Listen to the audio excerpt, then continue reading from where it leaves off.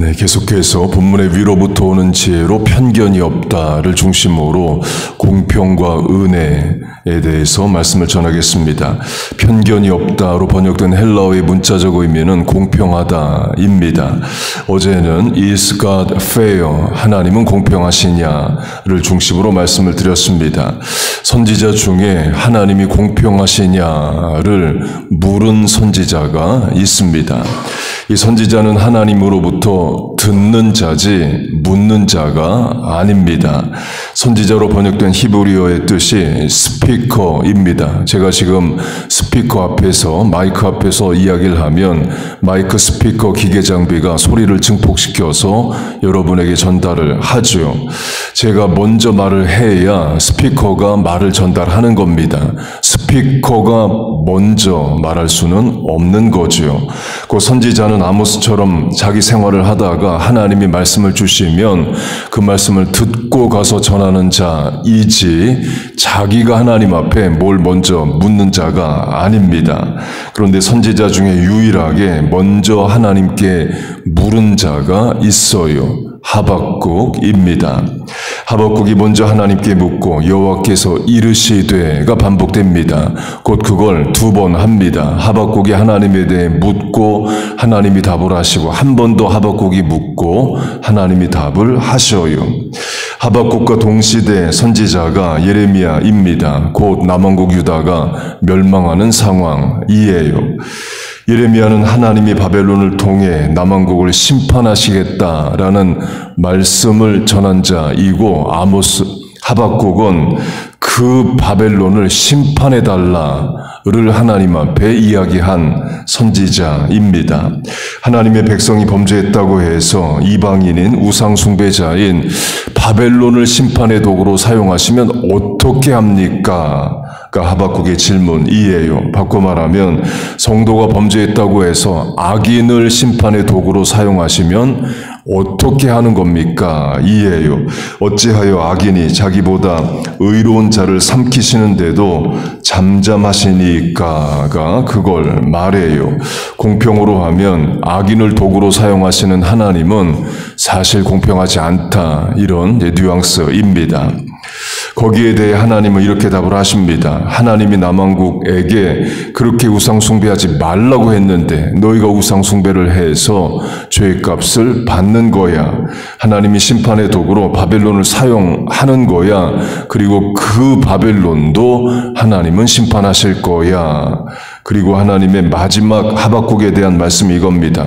온 땅은 여호와 앞에 잠잠할지어다. 하나님이 하시는 일이 이해가 안 되면 why, 어찌하여 공평하지 않은 게 아닙니까? 이렇게 묻지 말고 잠잠하라, 아예 말을 하지 말라고 이야기를 하셔요. 홍해바다 앞에 이스라엘로 하면 출애굽을 시키셨으면 평탄한 길로 인도하셔야지 왜 홍해 앞으로 인도하시느냐? 이해가 안 되면 이렇다 저렇다 말하지 말고 너희는 가만히 서서 입 다물고 가만히 좀 있으라. 이야기를 하셔요. 우리 인생도 마찬가지입니다. 하나님이 내 인생의 자녀의 인생에 공평하게 대하지 않으셨다. 이렇게 생각되는 때가 있습니다. 이제 우리가 교회가 12번째 페루 선교를 이번 달 말에 가는데요. 한인 선교사님 교회 2군데를 방문합니다. 그 중에 한 분은 올해가 페루 선교 30년째이에요. 24년 전에 아들이 미국으로 이제 대학생 유학을 왔는데 교통사고로 죽었습니다. 어제 하나님이 인생에게 고난을 허락하실 때에 동의를 구하지 않으신다를 말씀을 드렸습니다. 하나님이 인생에게 고통을 허락하실 때 consent form, waiver form을 미리 주지 않으셔요. 사람이 갑자기 고난을 겪습니다. 욥에게도 그러하셨고 요셉에게도 그러하셨어요. 선교사로 헌신해서 선교지에서 외롭게 힘든 사역 감당하면 가족들 건강이라도 지켜주셔야 되는데 그렇지 않을 때가 있습니다. 하나님이 하시는 일을 사람이 이해를 못해요. 그 하나님이 공평하시냐라고 물으면 사실 답을 하기 어렵습니다. 한국으로 하면 서울 마포 양화진에 외국인 선교사 묘지가 있습니다. 외국인들이 조선에 와서 살고 죽어요. 그러니까 양인, 서양인들이기 때문에 사대문 안에 묻을 수 없다 해서 사대문 밖에 한 땅을 주고 양인들은 거기에 묻으라 한 게 마포구의 외국인 묘지입니다. 거기 가보면 선교사 자녀들 묘지가 있어요. 곧 차연사, 그러니까 어른들이 나이 들어 죽는 선교사의 묘지도 있지만 일찍 죽은 선교사의 자녀 묘지들이 있습니다. 묘비에는 이름이 써 있죠. 그런데 infant, 영아, 유아 이름이 아니라 보통 명사 유아라고 적힌 묘비가 있습니다. 곧 이름을 붙여주기도 전에 아이가 죽었다는 거죠. 캐나다 출신의 선교사인 하디 선교사가 한국에 와서 딸을 낳았는데 낳은 날 바로 죽습니다. 이름도 못 붙여주고 죽어서 인펀트이에요. 그리고 다시 딸을 낳았는데 그 딸도 어릴 때 죽어요. 하디 선교사는 의사입니다. 캐나다든 미국이든 의사로 살았으면 딸이 안 죽었을지도 모릅니다. 그러나 한국에 와서 살며 두 딸이 죽는 일을 경험을 해요. 지금은 한국이 잘 살고 문화적으로도 세계를 선도하지만 130년 전에 조선은 망해가는 나라였고 물질 문명도 미국이나 캐나다만 못한 나라였습니다. 그런 어려운 나라에 자원하여 선교사로 왔으면 가족들 건강이라도 지켜주셔야 되는데 그렇지 못한 때가 있어요. 그 하나님은 공평하시냐라고 물었을 때 답하기 어렵습니다. 하박국의 질문도 그겁니다. 하나님의 백성이 죄를 지어서 심판받는 것은 이해가 되지만 심판의 도구가 어떻게 이방인, 악인, 우상숭배자들이냐는 거예요. 어찌하여 악인이 자기보다 의로운 사람을 삼키는데도 잠잠하시나이까? 그걸 말합니다. 곧 하박국은 하나님의 공평을 물어요. 하나님의 답은 이겁니다. 그래 공평하게 할 거야. 남왕국 유다는 바벨론을 통해 심판하고 그 바벨론은 내가 또 따로 심판할 거야. 실제로 페르시아에 의해서 바벨론은 멸망합니다.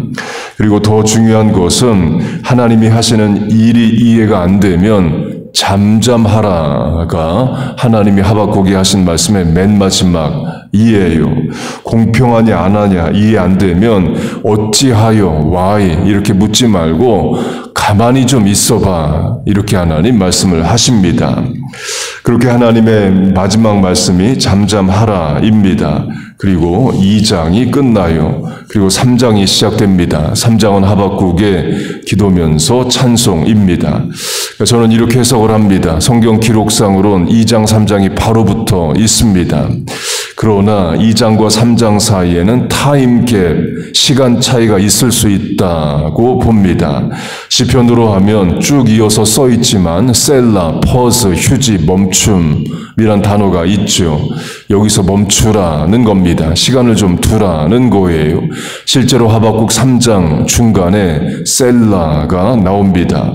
곧 하박국이 하나님의 말씀을 듣고 당장 그 순간에 다 이해가 됐을 수도 있지만 이해가 안 됐을 수도 있는 겁니다. 그래서 말씀을 이해하는, 깨닫는 데 대한 시간이 들 수 있어요. 요셉이 그의 입니다. 이복 형들이 노예로 팝니다. 아버지에게는 죽은 아들이 돼요. 그리고 이집트에서 온갖 고생을 다 하고 13년이 지나 애굽의 총리가 됩니다. 저 같으면 바로 아버지 찾아갑니다. 아버지 나 죽지 않았어요. 살아있어요. 아버지에게 이야기를 해줘야죠. 요셉은 총리가 돼서도 안 갑니다. 7년대 풍년이 끝나고 7년대 흉년의 어느 날 곧 8년, 9년이 지나도록 아버지에게 소식조차 전하지 않아요. 그리고 이복 형들이 찾아왔을 때에도 자신을 드러내지 않습니다. 통역을 두고 대화했다 말해요. 자기 자신을 감추는 거죠. 왜 그랬을까? 형들을 어떻게 대해야 할지 정리가 안 돼서 그런 거예요. 애굽의 총리가 되었다고 해서 지난 세월의 어려움, 고난이 바로 다 해결되는 게 아니죠. 또 형들의 얼굴을 보면 그렇게 애원했는데 자신을 노예로 팔아버린 형들에 대한 원망이나 미움이 다 정리가 안 된 겁니다. 그래서 요셉이 울어요. 이복 형들이 두 번째 왔을 때에 요셉은 통곡합니다. 그 통곡 소리가 옆 건물에 있는 애굽 왕이 들을 정도로 크게 웁니다. 이복 형들에 대한 감정 때문인 거죠. 그렇게 시간이 지나고 울기까지 하고 나서야 요셉은 형들에게 자기가 요셉이라고 자신을 드러냅니다. 그 생각을 정리하는 시간이 필요합니다. 또는 고난 중이든 고난이 끝난 후이든 하나님이 하시는 일에 대한 정리할 시간이 사람에게 필요하기도 해요. 그래서 하박국도 그런 시간을 가졌을 거라고 봅니다. 하박국 3장에 나오는 셀라, 퍼즈가 그걸 말해요. 그렇게 하박국은 하나님과 대화를 합니다. 공평으로 하면 하나님 공평하지 않으십니다. 이 뜻인 어찌하여 이런 식으로 하나님께 물으면서 대화를 시작을 합니다. 그리고 하나님의 말씀을 다 듣고 결국 이런 고백을 해요. 설교 제목인 공평과 은혜로 하면 더 이상 하나님이 공평하시냐 안 하시냐 그건 더 이상 하박국의 질문이 안 됩니다. 하나님이 베푸시는 은혜에 집중을 해요. 하박국 3장 진노 중에라도 긍휼을 잊지 마옵소서. 긍휼, 은혜 같은 차원이죠. 하박국은 이제 은혜를 구합니다. 그리고 유명한 이 복음성가로도 작곡된 고백을 합니다.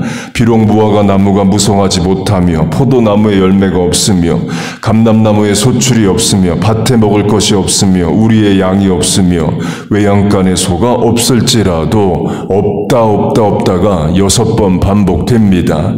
달리 표현을 하면 나라가 망했으며 남왕국 유다 마지막 왕은 바벨론에 의해 눈알이 뽑혔으며 백성들은 포로로 끌려가며 없다 이게 6번이나 반복이 됩니다. 그 정도면 하박국 시작할 때 하박국의 상태면 어찌하여 이런 식으로 하나님께 물어야죠. 그러나 하박국은 더 이상 질문을 안 합니다. 도리어 찬송을 해요. 나는 여호와로 말미암아 즐거워하며 나의 구원의 하나님으로 말미암아 기뻐하리로다. 하나님의 은혜를 깨달은 거죠. 그렇게 되자 더 이상 공평하냐 안 하냐는 더 이상 관심사가 아닙니다. 설령 인간적으로 하나님 공평하지 않다 해도 그 문제를 하나님께 구하는 게 아니라 하나님의 회복과 은혜를 구합니다. 예레미야의 예언이 이루어지기를 하박국은 구하는 것과 같아요. 우리 인생도 마찬가지입니다. 하나님이 내 인생에 공평하셨냐 안 하셨냐 물으면 안 하셨다 이렇게 답할 인생의 순간들도 있죠. 그러나 오늘 하나님 나와 함께 하시고 고난 중에 은혜로 나를 도우시는 것을 주목하게 되면 그 하나님을 소망하게 되고 찬송하게 됩니다. 그리고 부족하고 어려운 것은 겸손히 구하는 거예요. 고난을 허락하시는 분도 하나님이시지만 고난을 끝내시는 분도 하나님이십니다. 화로 여겨지는 일이 일어나게 하시는 것도 하나님이시지만 화가 변하여 복이 되게 하시는 것도 하나님이십니다. 여러분 믿습니까? 그 은혜가 압도하는, 은혜가 이기는, 은혜가 충만한 삶을 사시기를 주의 이름으로 축복하고 축원합니다. 아멘. 기도하겠습니다. 하나님 아버지, 우리 인생에 은혜로 늘 대하여 주심을 감사합니다. 그리고 공평하신 하나님을 찬송합니다. 하나님의 행하시는 일을 믿음으로 인내하고 기다리게 하시고 입술을 닫고 잠잠하여 또 하나님을 찾게 하여 주옵소서. 하나님 아버지, 오늘도 하나님 앞에 나와 은혜를 구하는 새벽 성도들 모였습니다. 오늘 인생의 어려움, 고난이 있다면 하나님 위로하시고 해결하시고 도와주시옵소서. 이해가 안 되면 믿음을 더하게 하여 주시고 설명이 안 되면 은혜를 더하게 하셔서 이겨나가게 하여 주옵소서. 이 시간 우리의 입술을 열어 간구할 때에 하늘문 열리게 하시고 땅의 길 열리게 하여 주옵소서. 예수님의 이름으로 기도하옵나이다. 아멘.